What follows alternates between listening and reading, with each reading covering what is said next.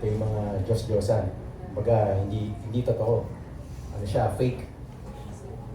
Counterfeit. Kumbaga. So, sige, bago tayo mag-isa, baka malimutan ko na naman, mag-pray muna tayo.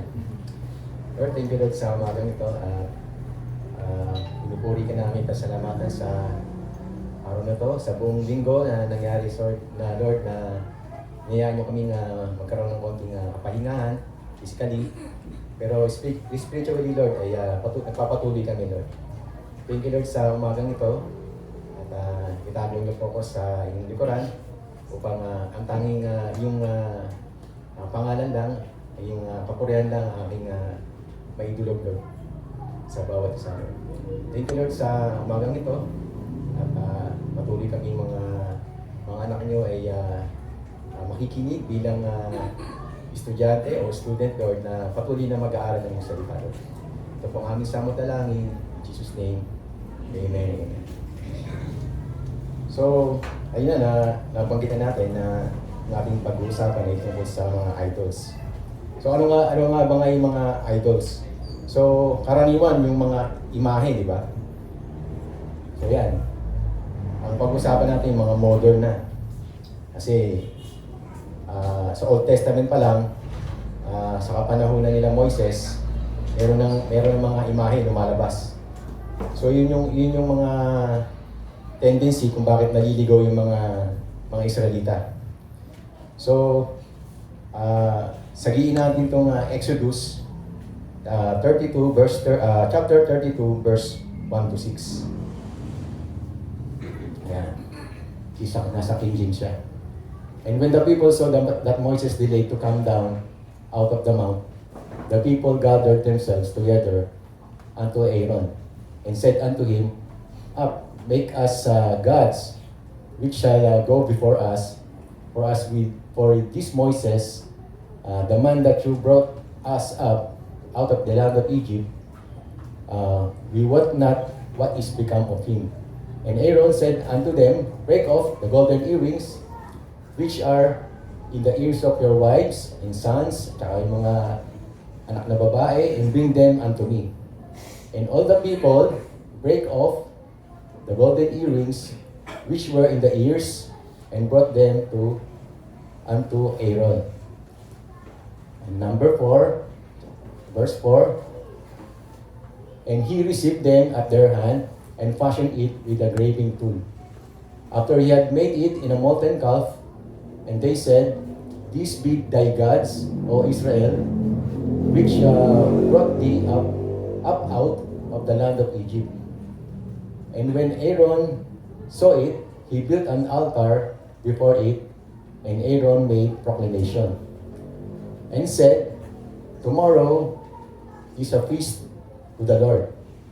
And they rose up early in the morrow, and offered burnt offerings, and brought peace offerings. And the people sat down, eat, drink, and rose up to play. So maliwanag dyan na si Moises umakyat sa Mount Sinai. Ito yung sinasabi na tungkol doon sa 2 tablets. Ito yung testimony, yung mga 10 commandments. So nakita ng mga taga-Israelites na ang tagal bumaba ni Moises sa bundok. Siguro mga naiinig na itong mga itong mga tao. Kaya nalapitan nila si Aaron. Gawa mo kami ng gods. Kasi nga, yung nangunguna sa amin, wala pa hanggang ngayon. Yung naglabas sa amin mula Ehipto, nandun pa sa taas, hindi pa nababa. Siguro baka nag-aalaga ng kambing. So hindi, kausap ni Moses si Lord doon sa taas. Kaya sabi ni Aaron, sige, ipunin nyo yung mga hikaw nyo. Hikaw ng mga anak nyo, mga asawa nyo, at dalhin nyo dito sa akin. At ito ay tinunaw ni Aaron at ginawang hugis, guya o calf. At pagkayari ay sinabi ng Israel, ito na yung Diyos natin na naglabas sa Ehipto. At gumawa pa ng altar si Aaron. Kung mababasa na nasagi natin. At sinabi ng mga tao, magpipista kami kinabukasan. Bumangon sila ng maaga, naghandog ng mga hayop. Yung hayop na yun yung sinulog sa altar para Nag-offering sila. Nagpatay pa sila ng hayop, nagsaluhan nila yung kinatay nila, nagpakabusog, nagpakalasing, tsaka, ang sabi niya, no, rose up to play. So, naglaro. So, sa verse 1, makikita natin na na-delay si Moises ng pagbaba sa mountain. So, problema ngayon ng mga taga-Israelita na bakit kaya ang tagal nito si Moises. So, totoo na talagang na-delay talaga si Moises. Pero si Lord ay mayroong magandang purpose kaya na-delay yun sa plano ng Diyos sa Israel. 40 days ba naman, no? Di bumabalik. Napakatagal na yan sa mga Israelita. Pero kay Moises, napaka-easy lang yan. Paano ba natin i-handle yung delays ng ating Panginoon? Paano ba? May idea ba kayo paano? Kasi mabuting measure yan nung dinidelay tayo ng Panginoon minsan sa ating spiritual maturity. Kung i-allow natin such delays to make a drift off or drift off into sin, sabihin ng drift off yung fall asleep o kaya makatulugan mo na, then magre-react ka ngayon ng poorly or badly, yung masama yung pag-react mo sa God's delay o His delay. Pero kung i-allow natin yung time na yan, lalaliman pa natin, we get deeper or deepen yung perseverance natin, yung pagpapatyaga sa pagsunod sa ating Panginoon. Then, they are good of use. Sabihin, merong pakinabang yung pag-aantay natin sa Panginoon. So, ang una, yung simple desire ng galing sa tao, ang una. Kasi sabi niya, gawa mo kami ng Diyos. So, nag-urge, no? Siya yung tamang tao nag-umpisa. So, itong episode na to of sin na nag-describe sa chapter na nagsimula sa popular opinion. Yung kasalanan. Kaya itong example na to where the will of God, of man, hindi po laging will of God. So, hindi po lagi yung ating plano, o kaya yung kalooban natin ay kalooban din ng Panginoon. So, sabi, come, make us gods that shall go before us. Gusto ng mga tao ng Diyos. Pero, i-lead sila sa promised land. Kasi sa ibang komentary, nabasa ko, hindi nila kailangan ng Diyos, sinasabi na Diyos, pero ang sinasabi niya, yung leader. Kasi, para magpatuloy sila. Kasi para bumaba si Moises, kasi hindi bumababa eh. O sino mag-lead kayo sa kanila? Wala, di ba? Kaya, nagre-request sila na gawa mo kami ng Diyos, o kaya maaring leader na magpapatuloy sa aming paglalakbay. So nangyari din yan sa 1 Samuel.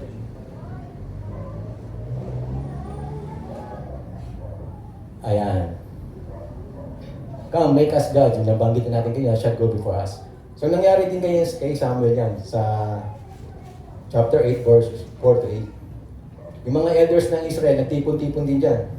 At pumunta kay Samuel, sabi niya, matanda ka na, Samuel. Ngayon, gawaan mo na kami ng hari to judge us like all the nations. Kaya na-displease si Samuel. Nag-ismaya siya. Kasi parang pinangungunahan siya, di ba? Tapos yung mga anak din ni Samuel, hindi rin taliwas din yung pamamuhay. Kaya yung anak ni Samuel, o si Samuel mismo, was not right to appoint yung mga anak niya as judges over Israel. So, ang ginawa ni Samuel, nag-pray lang na siya sa ating Panginoon. Sabi ni Lord sa kanya, heed the voice of the people. Sabi, pakinggan mo yung mga sinasabi ng mga tao. Kaya, maganap yung gusto o request ng mga tao, pero hindi yung dahilan na yung kanilang request ay mabuti o masama. Kung gina-request pa ako kung ito'y makakabuti ba o makakasama. Hindi yun yung Panginoon. Dapat sinabi niya, pakinggan mo lang. Pero, but because God ay tinuturuan ng lesson ng mga taga-Israel through this. Kung minsan, when we insist something pinipilit natin, we insist something bad, God will allow us to have it and teach us through it. Kaya centuries later, sandaang taon nakakalipas, si Apollos Paul was dealing also sa parehong mali or error ng mga taga-Galatians naman to. Kaya sabi sa Galatians 3:3, sabi niya, are you foolish, having begun in the Spirit? Are you now being perfect by the flesh? Sa Tagalog, basahin ko lang dito sa akin. Talagang napakahanga ninyo. Nagsimula na kayo sa Espiritu, at ngayon nais pa ninyong magtapos sa pamamagitan ng inyong sariling lakas. Sa Tagalog naman yun. So, gusto lang sabihin ni Paul dito, na-receive nyo na yung greatest gift. Ano ba yung the greatest gift sa atin? Yung Holy Spirit by faith. Amen? Tayo ba yung magpapatuloy sa pananampalataya o by trusting sa sarili natin? Our own obedience under the law of Moses. So dito, inilayout lang ni Paul, isa sa mga fundamental difference between the principle of law at the principle of grace. Sa under law, we are blessed and grow spiritually in earning and deserving. Katulad naman by under grace naman, tayo ay nabe-bless at tayo lumalago through spiritually din by believing naman and receiving. So ang Diyos makikipag-deal sa atin under the covenant of grace, kaya huwag tayong mag-respond sa principle of law. Kaya huwag tayong maging hingal, sabi ni Paul. Kaya itong pandaraya na ito, ito yung ginagawa ni Satan. Para di mas align ang buhay natin bilang Kristiyano. Kung hindi niya tayo mapipigilan from being saved by faith, then pwede na tayo mag-attempt na mahinder yung ating mga pagpapala na nanggaling sa ating Panginoon. Makaka-apekto sa atin sa growth and maturity by faith. So di alam niya di alam kung ano ang nangyari kay Moises. Ang kala nila wala na o patay na si Moises.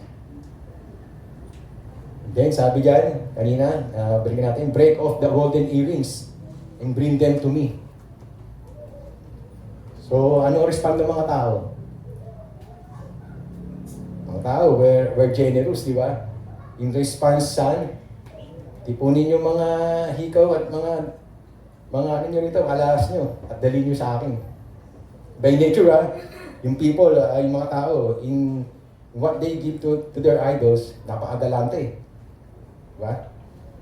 Kaya dapat tayo mas more generous with what we give to the living God, ating buhay na Diyos. Bisa sa atin kasi generous tayo sa mga bagay na hindi makabuluhan. Or spending money, pagkasos natin sa walang kwentang mga bagay. Diba, pagka minsan, magpa-fund ka nito, ang mabilis mo maglabas ng pera. Pero pagka andyan na yung to support the church, to support yung gawain ng Panginoon, parang tumitikom yung kamay. Sabihin, pass mo na, pass. Diba? Karaniwan gano'n minsan. So ganun yung nangyari sa kanila. Agad-agad naglabas ng pintas yung mga alahas, galing Egypt.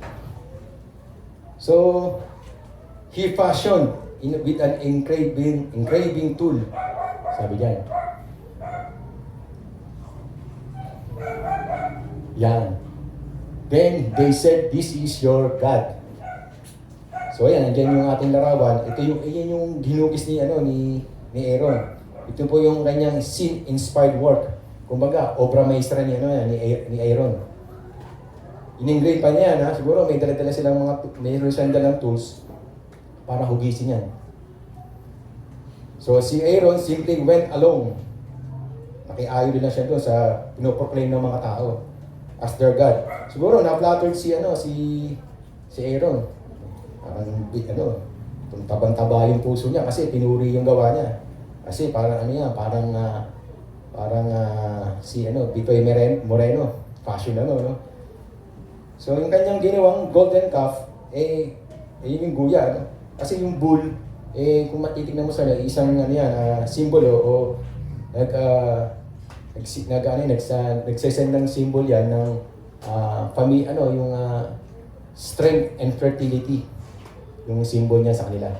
And then yung bull, as bull, sa sa Egypt, yung sinasamba ng mga taga-Ehipto. So familiar sila dyan sa guya o sa bull. Kaya yung naisip nila maging ginagawa nila ng Diyos-Diyosan.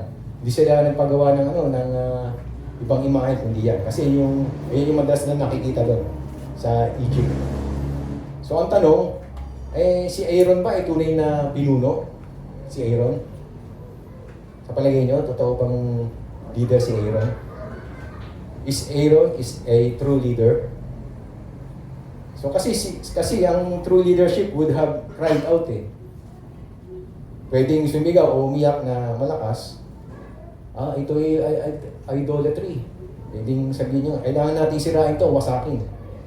Itong gintong guya, mali po yan. Mali po tayong lahat yan. This is a false god. Dapat ganun ang ginawa ni Aaron. So hindi niya ginawa yun. So si Aaron, hindi tunay na leader yan. Isa lamang siya ng example na the one who leads by following yung popular opinion. Kasi kung kung ikaw ay isang leader, hindi nagkaroon kayo ng discussion, nagburuhan, karaniwan ito sinasabi, so depende na sa leader yung kung i-accept yung request o hindi. Makakabuti ba to o makakasama? Pero si Aaron, hindi inisip yun. Ginaya din ni Jeroboam. Kilala niyo ba si Jeroboam?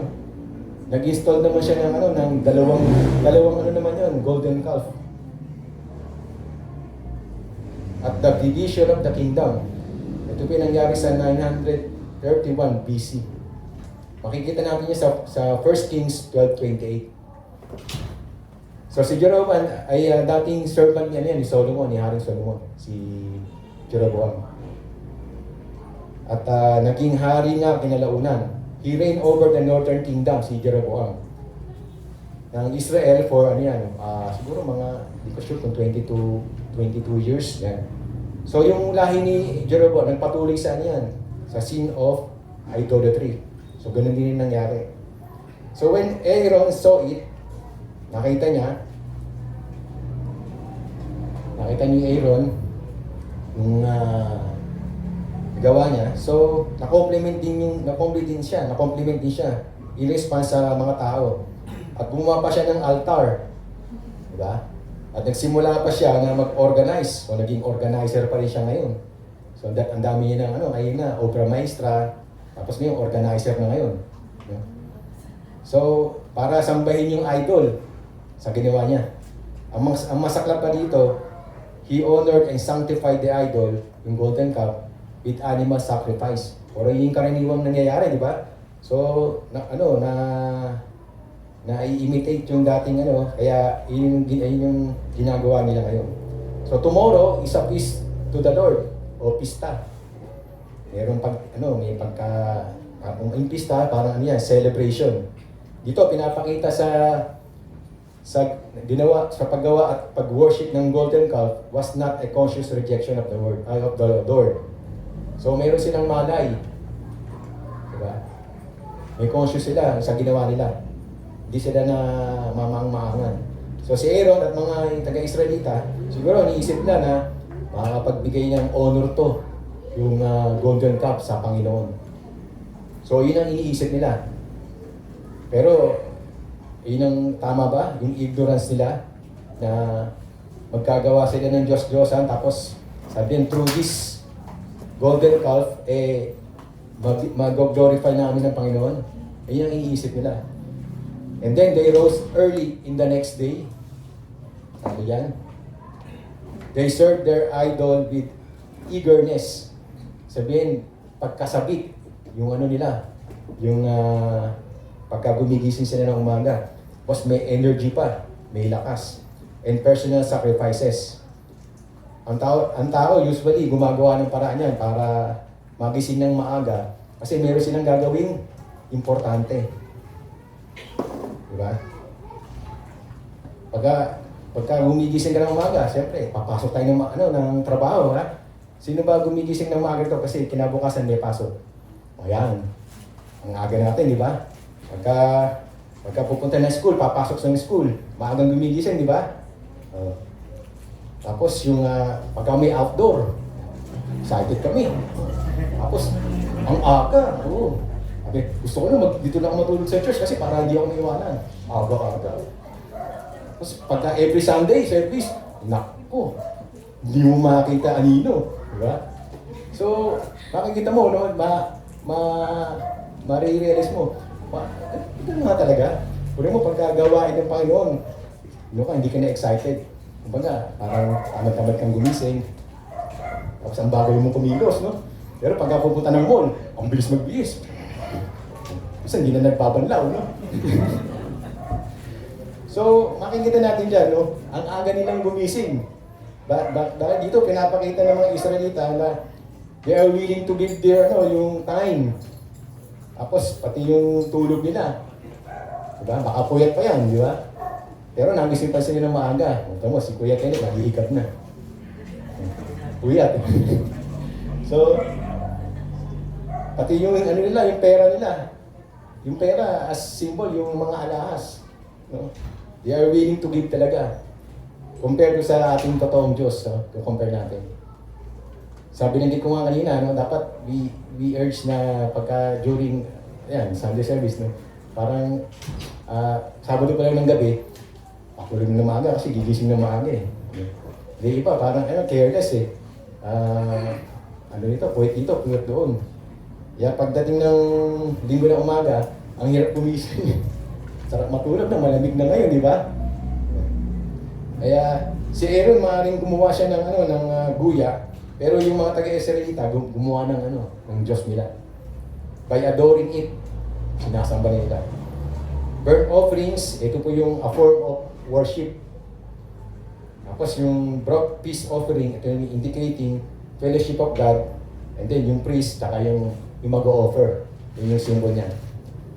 So the people sat down to eat and drink and rose to play. So yan. Isa sa mga pwede nating imagine dito na hindi po sila nag-i-engage sa ordinaryong kain, inom, tsaka sinasabi niya maglaro, di ba? Tumayo, sila, tumindig, tapos maglaro. Di ba? So, hindi po yan yung naghahagis tayo ng bola, nag-shoot, nagpipiko, nag-jackstone. Tapos, ano pa ba ang pwedeng laro? Ayun, yung nagtadart tayo, anything na naglalaro. Hindi po yung laro ang tinutukoy ko dyan. Ito yung mga taong involved na inay glutinous, yung katakawan, yung mga masisiba, drunken debauchery, lasing na kahalayan. Yan po yung tinutukoy dyan. Ayan, pinilay na pala. Play. Ayan. Nauna. Ayan. Yung play na sinasabi dyan, yung word play, pinoportray ng conjugal caresses. Ano yung conjugal caresses na sinasabi dyan? Yung haplos ng mag-asawa. Diba? So, iba yung haplos ng kaibigan, haplos ng anak, iba yun. Makikita natin sa Genesis 26:8 yan. Yung, di ba, yung naalala nyo si Abimelech, di ba, pumunta sila si Abraham, di ba? Nagpanggap si Abraham na kapatid ko to si yung asawa ko si Rebecca ba? Tama ba? Sarah ba? Ay, Sarah, sorry. Si Sarah. Bakit mo pala sinabi na kapatid mo to? Dahil yung pag-anong sa kanya, paghapos mo na, hindi kapatid. So yun yung pinoportray dyan, yung conjugal caresses niya sa word na yan. And then, fornication, yung pakikiapid. And then, yung adultery, ang ano niya. So nung unan, parang alam ko, parang magkaparehas yan pero magkaiba pala yan. So, yung fornication, ito yung mga single, nagkakaroon ng sexual intercourse na hindi po sila married. And then yung adultery, mga married person yan, people na talik sila na hindi man nila asawa. So, yun yung adultery. So, yun yung pinoportray dyan, yung play. Kasi, i-analyze mo, kumain sila, tapos uminom. So, inom, ito yung lasingan yan, na mawala sila ng malay para maglaro. Iba lang yung laro nila, hindi jackstone, yung paglalaro nila. So, sa pamagitan ng kanilang idolatry, they have rejected being God's people. Have corrupted, sabihin na ano yung mga pag-iisip nila, have become unholy through idolatry. Nawala na yung ano nila. So have turned aside. Ibig sabihin, they abandon.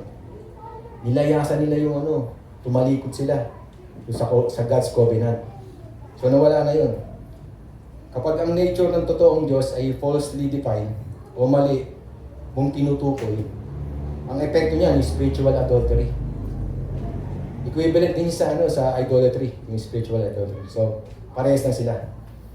Kaya one time nung sinundo ko si Tess sa office, nag-drive ako, siguro mga 30 to 45 minutes yun, nagikinig ako ng radio. May nag-share yung buhay niya doon sa radio, DCAS yun. So tama yung, sakto lang yung naumpisahan ko yung share niya. Tungkol doon sa buhay niya. Babae siya eh. So, inumpisahan niya na sineshare niya na ang turing niya sa sarili niya, siya yung black sheep. Kumbaga, masama siyang anak. So, yun yung tinutukoy niya. And then, inuwento niya na being black sheep, talagang matigas ang ulo niya. So, di niya nilirespeto yung yung magulang niya. Sinasagot-sagot niya, katikasan ng ulo niya, tapos papasok na niya yung disobedience. Then, lumayas na rin siya ng bahay. Kwento niya. Pagkalayas ng bahay, nagkaroon siya ng mga maraming boyfriends. Ano nga, sinabi nga niya, parang 10 daw eh. 10. So, yung kwento niya, siyempre, pag nagka-boyfriend ka, they had sex. Yun ang sinabi niya, with them. And then, masaklap, nabuntis pa siya. And then, isa pa, pinabort pa niya. So, kaya nga, natatakot siya, kaya pinabort niya, sinabi niya yun. Tapos, sabi rin niya na, siguro hindi niya kilala yung ama. Kasi sino-sino yung nakasama niya, di ba? So, sinabi rin niya na, from kanyang sides, ay, hindi siya nagpe-pray, sabi niya. Not even praying. Sinabi niya sa commentators na sinabi niya. And then, palipat-lipat din siya ng tirahan. Hanggang sa makatagpo siya ng roommate. Yung roommate niya, born again. And then sabi niya, sama ka minsan sa akin, invite kita sa church. Paano niya, matagal niyang, nire-reject. Hindi niya pinapansin. Sino ba to? Sabi niya invite mo ba ako? So kinalaunan, sumama siya. And then, habang siguro natamaan siya sa mga messages ng mga pastor doon, mga sa preaching, sa mga sermon. So, hindi pa raw daw siya tinamaan pa rin siya. Pero, kinalaunan, yung patuloy pa siya nag-a-attend, ayun, na siya. Bumigay na siya. So, na-transform yung puso niya. So, yun ang magandang nangyari. Kaya sabi nga niya na hindi niya masabi hindi niya inaakala na patatawarin pa siya ng Panginoon. Kasi dahil sa dami ng kasalanan niya. Tapos, karumal-dumal pa, pina-abort pa niya yung niya. So, kung pinapakinggan ko nga to, parang nagugulat ako. Ang daming itong babae to. So, sabi nung yung mga announcer sa amin, sabi, alam niyo ba itong nagsasalita ngayon, nagtototo, napakagandang babae. Sabi ko, may kamukhang artista, mestiza. Sabi nga, kaya pala marami siyang nakukuhang lalaki kasi attracted talaga siya doon sa mga lalaki. Kaya sabi niya, kinote niya yung Isaiah 1:8. Sabi niya, Lord, kahit gaano karumi o ang dami kong kasalanan, maliit man malalaki, ay patatawarin mo pa rin ako. Palilinisin tayo. Sabi niya, as white as snow. Sabi niya. Pero tugma rin yung topic din na kanina, yung sa radio na, yung as white as snow. Sabi nga, parang hindi sila nag-usap pero match yun. Kaya, ang ganda nung ano daw. So, balik tayo. So, nag-discuss na natin yung, kanina, obviously, yung common basic, ano? Yung pag ano ng imahe, bilang idolatry. Si nanay, yung chewing ko, dyan sa Quezon City, halos patay na siya. Merong chewing ko, tapos yung binan niya, talagang sarado kandado na Katoliko. So, one time pumunta kami doon. Siguro, hindi ko alam kung pumunta kami. Tapos, tinatawag namin. Kala namin, daming tao sa loob ng bahay. Oo, ang dami. Kasi isa lang pala yung lumalabas. Tapos, magpasok namin doon. Ang lalaki ng rebulto. Grabe, lalaki. Oo. Kaya pagka mo, maano ka nagugulat ka, kala mo may tao. Yung pala, mga rebulto. Malalaki pa sa akin yung rebulto. So, yung mga ganung talagang makikita natin, iba yung, doon, yung atmosphere. Yung feeling mo pag nandoon. Kaya hindi mo na kung matatakot ka o hindi. So, yun yung tinutukoy natin dyan, yung imahe. Diba? You shall not have other gods before me, sa Exodus yan, 20 verse 3. You shall not make for yourself a carved image, anything that is in heaven above, beneath the earth, or in the water under the earth. You should not bow down to them or serve them. So ano nga ba ang ibig sabihin ng idolatry? So siguro, i-define na natin muna. So, definition ng idolatry, sinasabi dyan, spiritually speaking, is an excessive, sobra-sobra, ang pagmamahal to an object, activity, or person other than the Lord. So si Tim Keller naman, kinote niya, si Tim Keller, isang theologian, preacher din siya, anything in life can serve as an idol. A God alternative, option mo, and God, a counterfeit God. So ito yung binanggit natin kanina, false God. Hindi siya genuine. And then, ano naman ba naman yung isang what is an idol naman? Yan, o Diyos-Diyosan. It is anything more important to you than God. So mas mahalaga sa iyo kaysa sa Diyos, anything that absorbs your heart and imagination more than God. So kung ano yung laging nasa puso mo, o nasa isip mo, na higit sa Diyos. Oftentimes yung adultery, ito yung nasa blind spot natin. Minsan hindi natin yan nakikita. Pag nagdadrive tayo, so hindi ko na maliban sa motor, no? May blind spot ba yung nakamotor? Wala, ano? Wala? Meron? Ano blind spot? Yung likod lang, ano? Kasi sa four-wheel, marami.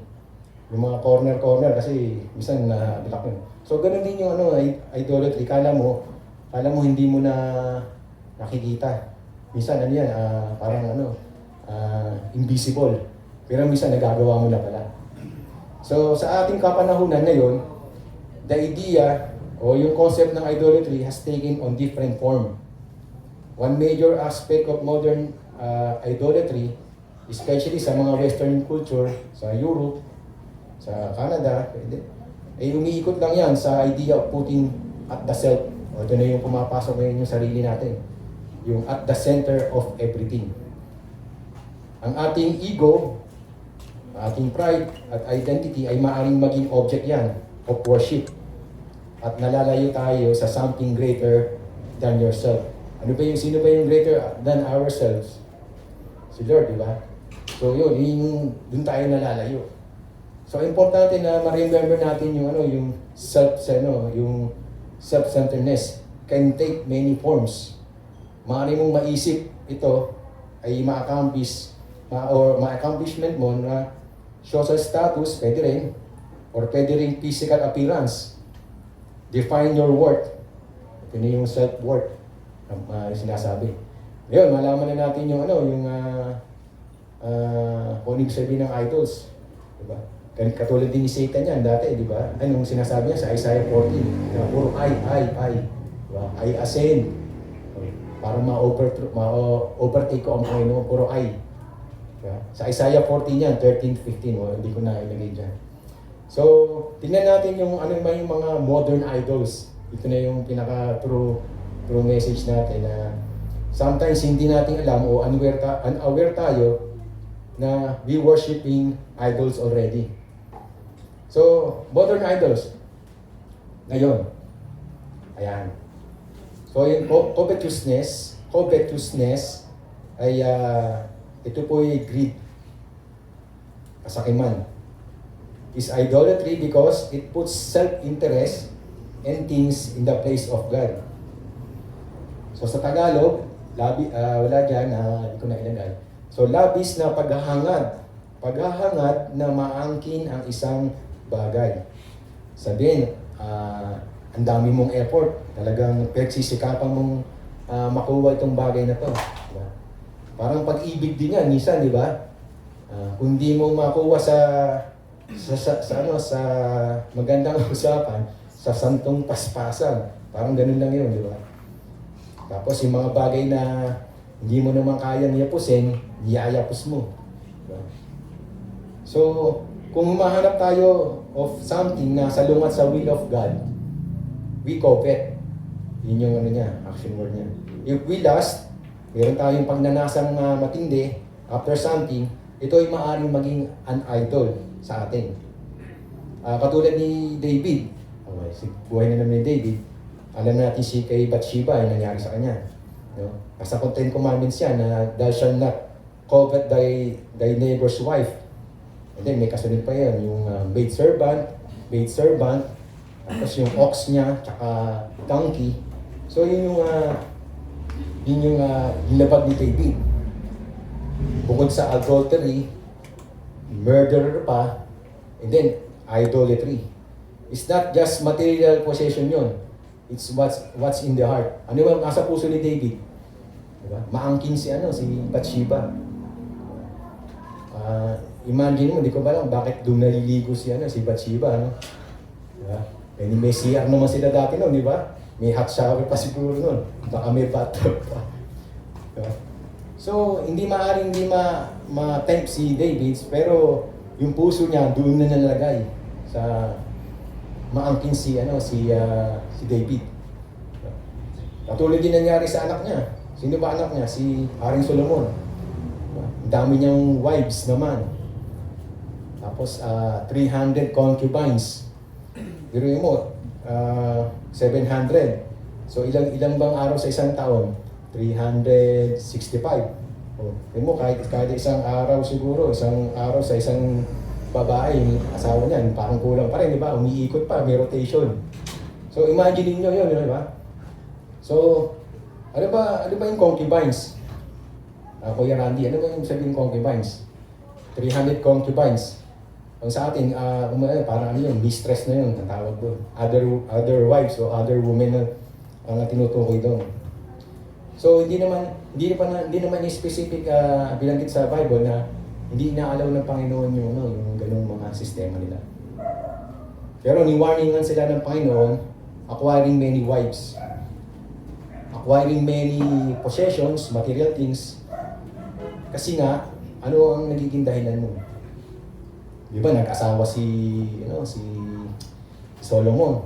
Ang dami. So yung mga culture ng mga pang-asawa niya, mga princesses, maraming na-adapt yan. Na, yan nga, isa na siya sumasamba sa mga Diyos-Diyosan. So nadala si si Solomon. Kaya yun yung sinasabi ng Panginoon na huwag kayong mag-acquire ng maraming asawa. Katulad ngayon, siguro iba, kaya doon sila nagsesettle na kailangan meron akong maraming asawa kasi nakasusulat doon sa Biblia. So hindi po yun ang ibig sabihin. So hindi talaga inaalam ng Panginoon. Sabi nga sa na ang kasal ay sa isang babae at isang lalaki lamang. Hindi man sinabi na marriage ay pwede kayong mag-asawa ng higit sa isa. So hindi po yun ang inaano ng Panginoon. Ang pinupuro. So, sabi ni Paul sa Colossians 3:5, ayan, put to death, therefore, whatever belongs to your earthly nature, ating likas na natural natin, sexual immorality, impurity, lust, evil desires, and greed. Yung greed yan, ito yung covetous, yan, which is idolatry. Nasabi niya. So, ang ibig sabihin ni Paul dito, ay alisin natin yung o eliminate natin yung mga earthly desires natin. Yung makabundong, earthly things pala, sorry. Na mga makabundong mga bagay sa atin. But instead, think of what is from above. Yun yung isipin natin. Ano ba yung nasa taas? Heavenly things. Kasi pag hinahanap mo yung mga bagay na nandito sa mundo, malilimutan na natin yung sino? Ang ating Creator, ang Diyos. Kasi iniisip natin na lagi dito yung mga bagay-bagay dito. Yeah, we are now a new creation.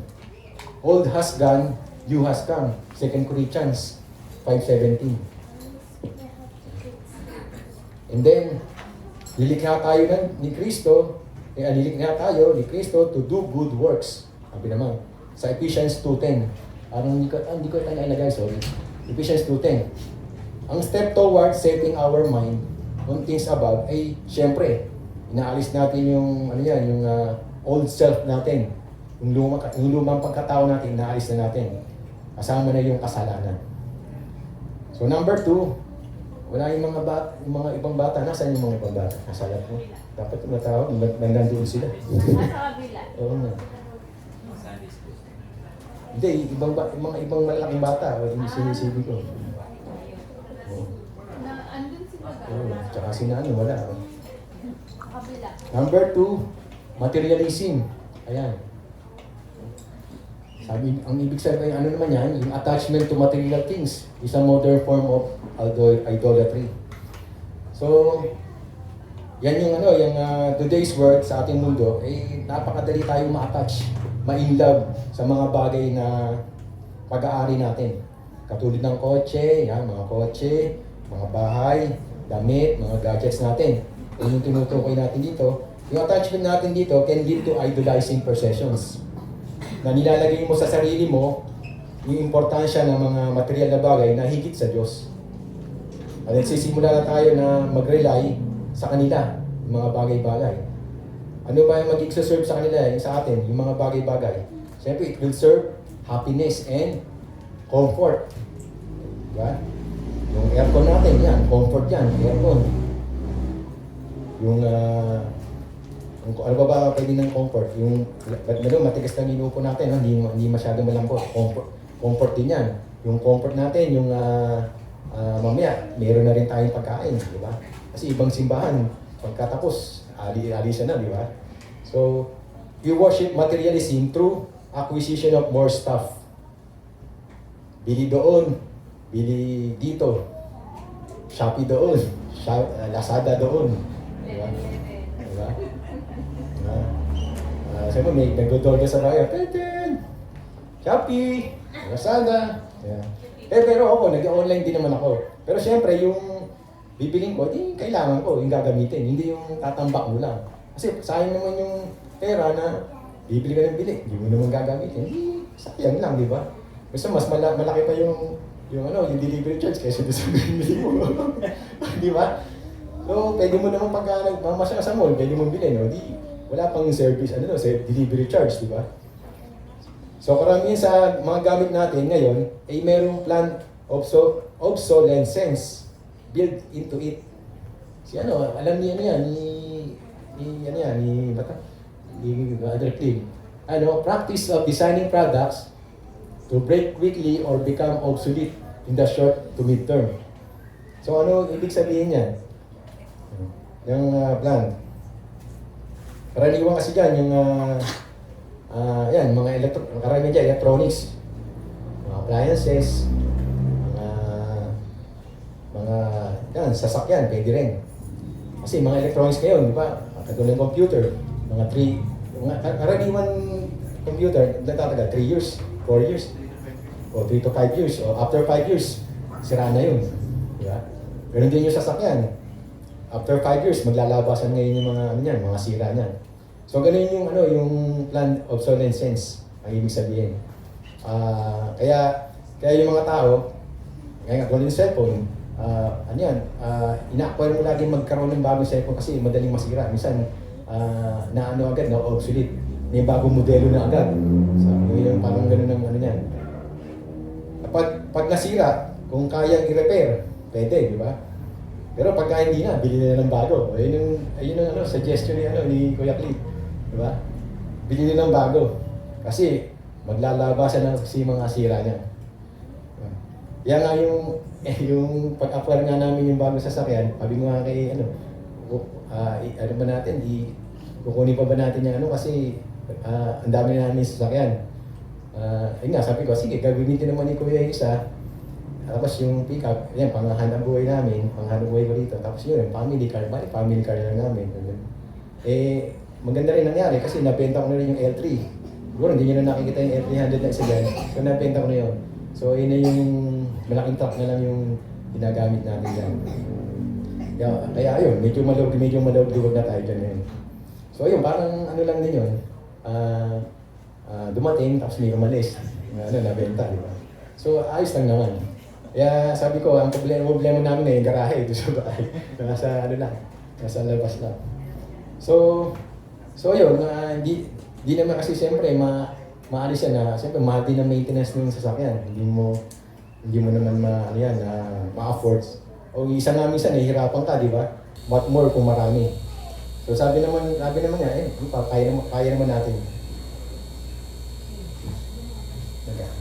Feedback. Ito.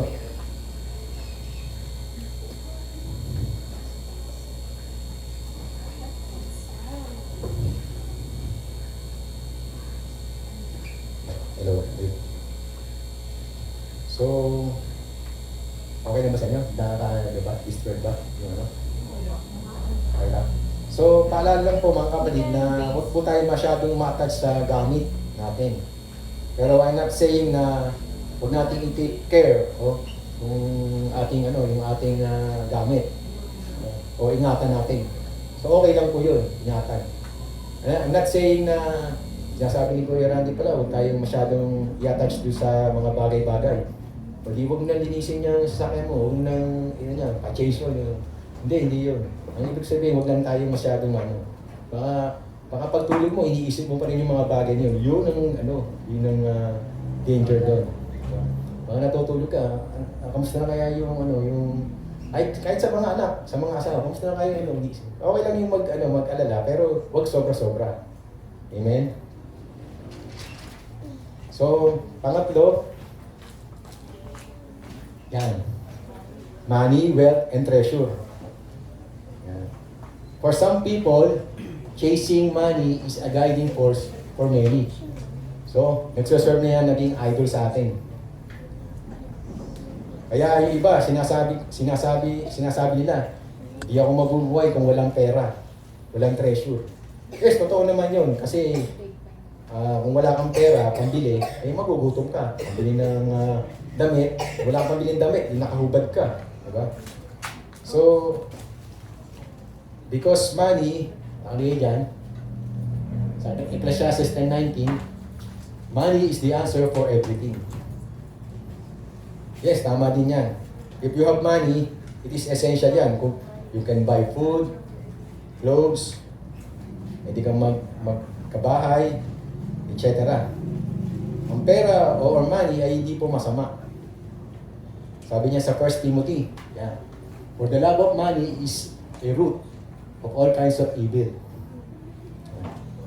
Kaya naman nagiging masama yan is simply sobrang attached tayo, sobrang mahal, namahal mo yung pera mo, binibigyan mo ng atensyon palagi, kapit na kapit yung kamay mo sa pera. Okay. Money isn't the problem. Ito po is a tool kung gamit natin yung pera. Kung paano mo ito ginamit o ginasta, nagiging problema lang yan pagka you place yung hope mo tsaka trust sa money kaysa trusting in God. Okay, makikita rin natin dyan sa Matthew 6:21. Kung saan yung treasure mo, nandun din yung puso mo. you're placing, kunyari, nag-invest ka ng 5 million o kahit na 1 million sa stock market. Siyempre, ang laki nun. So hindi mo maisip na parang mag-earn kaya yun, no? Baka biglang mag-collapse yung stock market. So talagang iniisip mo na talaga, di ba? Na sa puso mo, yung lagi ang mo, nagwo-worry ka. Diyan, Matthew 6:24, sabi diyan, ito yung dalawang master.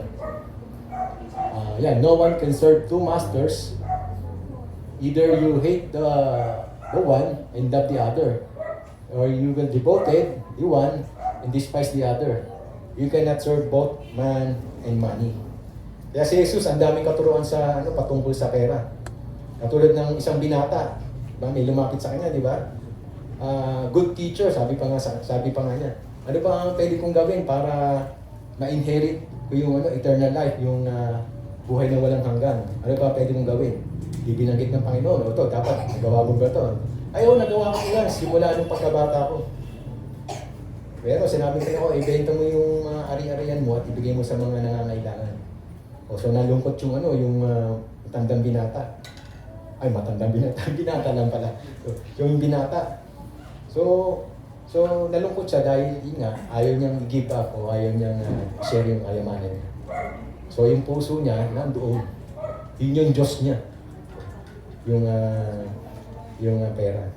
Dapat tinularan niya yung binata, yung si Zacchaeus. Diba si Zacchaeus ang chief tax collector na sinabi niya na, Lord, kung sino po yung nadaya ko noon, 4 na beses ko ibabalik. Diba? Tapos yung ibang kalahati kong kayamanan ko, share ko naman sa mga needy. So yun ang magandang na nangyari kay Zacchaeus. Dapat tinularan ng binata ng mayaman. So ang pera is the most famous sin of idolatry. Diba? Ito yung top notcher, pinakasikat. Yung pera. So number 4, sa number 4 na tayo. Ito na yung drugs. Ito yung maraming humahalin dito, yung naa-addict ngayon dito. There are those who worship drugs, both legal and illegal. Yan. So yan, in-identify ko yung mga illegal. Yan, cocaine, heroin. Yung cocaine sa ibang bansa yan. Parehas din ng shabu yan sa atin dito. Tsaka yan, marijuana. Yung marijuana, sa ibang bansa, ginagawang medicine na. Nagiging legal. Ito naman legal na sa atin, alcohol, nicotine, other stimulants, and depressants. Yung alcohol kasi considered rin yan drugs yan may consist of drugs yan. Kaya sabi sa atin, ang pwede natin sabihin dito about concerning drugs ay bilang Diyos-Diyosan din natin yan. Ginagawa natin Diyos din yan. So first, becoming drunk or under influence of drugs, it doesn't specifically mention in the Bible. Pero but becoming drunk is clearly o maliwanag na pinagbabawal ng Diyos yan sa Bible. Kinokondem po yan, yung pagdadrunk. Drunkenness. Sabi niya sa Proverbs 23:20, be among drunkards, be not among drunkards or among gluttonous, eaters of meat. So, ang linaw Then, sinuportahan pa ng Ephesians 5:18. And do not get drunk with wine, for that is debauchery, but be filled with the Spirit. So meron mga commands na sa scriptures na about behaviors na iwasan dapat natin. Drunkenness, sexual immorality. Nakikita natin yan sa 1 Corinthians 6:18. So ang paglalasing ay kasalanan. Napakalinaw niyan. But what about drinking in moderation? Taas ang kamay, sino umiinom dito? Umiinom. Minsan, yung alak lang, hindi naman naglalasing. O yan. Okay lang naman, basta yung moderate lang, yung tama lang. Na alam mo na hindi ka malalasing. Di katulad ni Lot, di ba? Yung si Lot, nandun na sa bundok, di ba? Piniinom siya ng mga anak niya. Di ba? May cautious naman yung si Lot. Alam naman niyang malalasing siya, baka siya umiinom pa, di ba? So talagang gusto niyang malasing talaga doon. So sa ating panahon ngayon, drinking in moderation is the best part na mapili talaga natin yan. Masarap lang talagang uminom eh, di ba? Parang nakaka-relax na konti. Tapos, kasi kailangan din natin eh. Sabi nga ni Paul, di ba? Sinabi niya na kay Timothy na, uminom ka muna ng konting wine. Little. Wala naman sinabing lot. Wala namang marami. Little lang, ang liwanag. Kasi si Timothy, medyo may stomach ailment noon, yung panahon na yun. Kaya, he intended to drink alcohol to ease the pain. So, yun yung intention ni Paul na uminom ng konting alcohol si Timothy. Pero yung iba kasi na-overwhelm eh. Losing control. Ang daming warnings about alcohol, destructive nature. Makikita natin yung sa Galatians 5:20-21. Yung drinking alcohol to excess, magkakaroon na din yan ng kasari-saring mangyayari. Diba? Tulad ng sexual sins in drunken parties. Yung. Kaya yung kanina, yung benedict natin, rose up to play. Ano na sila doon? Bangag na sila doon ng alcohol. Kaya wala na silang pakialam. Diba? Kahit hindi mo asawa, wala kayong relasyon, diba? Mag-asawa, kapag na kayo noon, kapag contact na kayo. So yun yung nangyayari pag kayang lugmok sa alak. Wala ka ng control sa sarili. Yung self-control mo, wala na. Kaya as Christians, our bodies o ang ating tayo, ang katawan natin ay hindi atin. Binili po tayo ng hindi po tayo binili ng through GCash, through credit card, through Paymaya, hindi po tayo binili with a price ng sa dugo ng ating Panginoong Jesus. Yun yung binayad sa atin. Hindi po yung kasi sa GCash minsan may service charge 10 pesos, di ba? So ang ating walang service charge, libre po yun. Na binayaran tayo ng Panginoon. Kaya dapat ingatan natin ating katawan. Hindi lang sa paglalasing, even in smoking, ngayon nag-upgrade na yung smoking ngayon. Social na yun, e-cigarette, vaping, di ba? So, pero hindi naman nila alam na meron pa rin naman yun, nicotine yun. Kumbaga, parang lang yun, parang tinging social lang o pakinggan social lang kasi uso. Alam mo naman mga tao, di ba? Pagka yung uso, doon sila nagpupunta. Diba, mapapansin mo, ang haba ng pila, ano ba yun? Ito yun, yung bago na yun. Dito pupunta, di ba? So, ganun din yan, may mga usong mga trend ngayon, doon nagpupuntahan. Pero hindi naman nila alam na ganun din naman yun, in-upgrade lang. So, tandaan natin na yung ating katawan is a temple of the Spirit. Kaya yung mga karaniwan na kasing mga nagdadrugs, mga celebrities, mga actors. Naparoon namin, sabihin namin, kagabi kahapon yata yun, nanonood na YouTube si Ma'am Vites. Yung buhay ni Lito Gruet, kinuwento. Kilala niyo si Lito Gruet? Yung mga kakatanda, yung mga kakaalam. Si brother, Lito Gruet? Lahat ang matanda. Si Lito Gruet, isang modelo siya, taga Cebu yata ako si Lito Gruet. Si Sister kilala mo si Lito Gruet? Hindi, sister di ba? Hindi ata kilala. So sabihin, bata pa siya. Si Lito Gruet, nakita siya ng isang fashion designer na magpunta sa mag-apply siya ng bilang modelo. So nagpunta siya. And then natanggap naman siya bilang modelo, sumikat siya. Kasama niya sila Julio Diaz, ganyan. Kinalaunan, siyempre, sikat ka, parang gusto mong magkaroon ng something na masubukan, sinubukan niya yung drugs. Kaya kasi, kwento nga niya, sabi, paano mo ba nagawa yung, ini-interview ni Julius Babaw sabi, paano mo ba na mag-drugs? Kasi sinubukan ko lang Yung sinubukan niya, tuloy-tuloy na.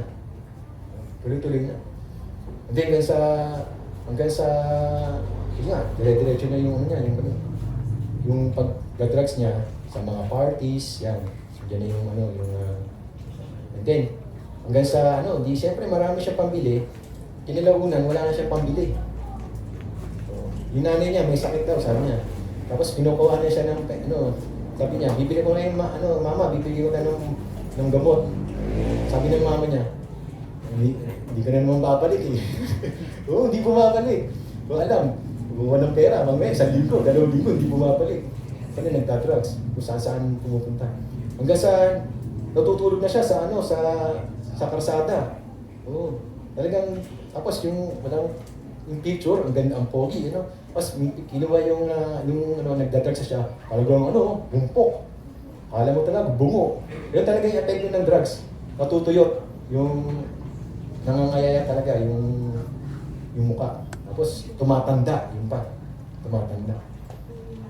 Kaya yun, nalulung siya sa drugs. Hanggang sa nagnanakaw na siya para lang maka-score. Tapos kinukwento niya, may pusher siya doon na pinupuntahan sa Maynila. Kinukwento niya, wala siyang pambili. Hindi siya binibigyan ng pusher. Ang ginagawa ng pusher, maglaba ka muna dyan, nilalaba ka para ang kapalit, droga. Okay, kinukwento niya, nilalaba ko nga yung underwear ng asawa ng pusher. Para talagang magagawa mo talagang makuha mo lang yung gusto mo. Yung drugs. Kaya one time na nag-pray siya. Yeah. Nag-pray daw siya doon. Pero sabi niya, yung pagkaka-pray niya daw noon, kasi marami daw siya sakit eh. Pagka-pray niya, hindi naman overnight, andyan agad. So, may proseso. Hanggang sa, na-rehab siya. Na-rehab na siya. So, doon niya nakilala yung asawa niya. So, ginamit niya yung asawa niya, naging Christian na rin sila. Tapos si Dr. Gruet, naging director na rin ng rehabilitation. So, may purpose pala kung ano yung pinaranas sa kanya ng Panginoon. So, yun yung nagagawa ng drugs. Kaya yung mga kabataan, so, dapat ekis sa atin yun. Huwag na natin i-attend. Kasi sometimes yung pagsubok-subok, ayun yung, yun yung way, yun yung nagiging daan para magdire-diretso tayo. Buti nilang bumalik na sila. Number 5, phones, gadgets, and technology. Ayan. So, yung smartphone addiction is increasingly becoming a worrying trend. So, sino walang cellphone dito? Parang hindi yata ako naniniwala lahat may cellphone dito. Kahit nga misang batang maliit, meron eh. Diba? Karamihan kasi sa atin, hindi nabubuhay na walang cellphone. Parang nakaka-relate yata tayong lahat ha. Hindi mo, matutulog na lang, nagsa-cellphone pa. Diba? Pagkagising, imbis na mag-pray, magpasalamat sa Diyos, tinitignan, cellphone agad. Diba, lilaw-lilaw ng pagkakasabi natin kanina ay ng idolatry, meaning kung ano yung nasa puso mo, kung ano yung ginagawa mo palagi, na hindi mo inuuna ang Diyos, ano tawag doon? Diba? Idol din yun. Diba? Kaya yung mga phones natin at technology could be a modern idol ngayon. Hindi ating phones o social media or a form of technology is the value na nilalagay natin doon. Kahit nga nakaupo kang ngayon, di ba? O kanina, siguro may lapas ng 10 minutes. Hindi mo silipin yung cellphone mo. Uy, yung cellphone nyo, nag-text si crush, nag-PM. Diba? Dapat tiisin natin yun. Pwede naman mamaya, di ba? Sabi, where na you? Dito na me. Kaya yung value na nilalagay mo doon, yun yung nagiging problema. Diba? Check mo yung check mo pa yung mga may nag-like na ba o may nag-heart na ba dyan. Diba? Tapos isa pa yung mga kabataan ngayon, hindi ko lang kung pati kasama matatanda, yung mga video games. Ayan. Nagpupuyatan, yung umaga. Diba? Kaya pag dating ng linggo, puyat, hindi makabangon ng maaga. Diba? Kasi time consuming po yun. Time consuming. Imbis na yung importante yung magawa mo, ba? Iba yung nagagawa, di ba? Ang pahinga lang ng ihe, kain, di ba? Tapos ligo. Bisa hindi pa ka nakakaligo eh. Di ba? Kinabukasan na nakakaligo agad. Pwede rin yun sa anything that becomes more important sa God, yung nagiging idol natin sa mga ginagawa natin pang araw-araw. Kasi minsan hindi natin nakikita, na-observe, di ba? And then, ano ko rin dyan, others. Yan. Pwede rin maging leisure yan, travel, entertainment. Entertainment, ano rin yan, naghanap din yan. Di ba? Yun nga, binabanggit niya Netflix, magdamagan yan. Oh, ang ganda ng ano nito, series na to. Episode 7 na ako Dito na yung climax. Hindi, matutulog na ako. Hindi, maganda to eh. Ilang episode na lang. Di ba? Minsan, dinaig pa yung trabaho, 8 hours eh. Ginagawa mo, 12 hours na viewing time. Di ba? Anong sa'yo? Di ba? So, mga na-mention natin today, idol worship is still present and active. Some of us, o karamihan sa atin, have idols. Ang problema lang, we don't just recognize them for what they are. Hindi natin minsan nakikilala. Yung mga listahan natin ng mga bagay na ito ay pwedeng pumalit sa lugar ng Diyos sa ating mga buhay. Ang tanong, meron ba tayong natin ngayon? Meron ba tayong naiisip mo, naalala mo na may idol sa'yo ngayon sa puso mo? Ha? Meron ba akong Diyos-Diyosa sa buhay ko ngayon? Maaring meron wala, pero madalas meron. Di lang natin namamalayan yan. So naghanda ako ng key questions. Ayan, para guide natin yan kung meron nga ba o wala. Ayan. Where do I spend my time? Where do I spend my money? Saan ko ba dinadala yung pera ko? Dinadala ko ba lang sa sa kalaguyo ko? Dinadala ko lang ba sa kung saan-saan? Sa mga walang kabuluhan? Sa mga sa mga Shopee na Lazada na hindi naman kailangan. Where do I get my joy? Yung kagalakan ko, sa kung ba nakukuha yun? Sino ba nagsaserve sa akin bilang nakalagay dyan, ano ba lagi nasa isip ko? Nasa isip mo ba lagi si Ate May?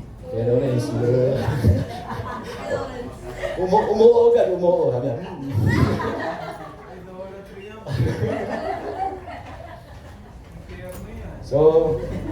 So lagi po natin tandaan, God is Spirit. So, ang kasunod nun, worship in spirit and in truth. So this is the most important commandment na sinasabi ng ating Panginoon. And then, sabi sa Mark 12:30, love the Lord your God with all your heart, and with all your soul, and with all your mind, and with all your strength. Amen ba? Amen? Sige, magpahinga tayo. Yes, Lord. Thank you, Lord, sa umagang ito. Thank you, Lord, sa message mo sa amin na pinarating mo sa amin. At alam ko magdudulot to sa aming buhay na kung meron nga kaming idol sa aming buhay na sometimes hindi namin nare-recognize, Lord. Thank you, Lord, sa umagang ito, sa binigay niyong katuruan na alam namin kayo lamang ang aming pupurihin, kasambahin sa katotohanan at sa Espiritu, Lord. At buong puso namin kayong paglilingkuran sa aming puso, sa aming isip, at sa aming pong lakas, Lord. Thank you sa bawat isa na nakinig at nakiisa sa mga mensahe ko ngayon sa umaga. Thank you, Lord. Ito pong aming samit na langin sa pangalan ni Jesus. Amen.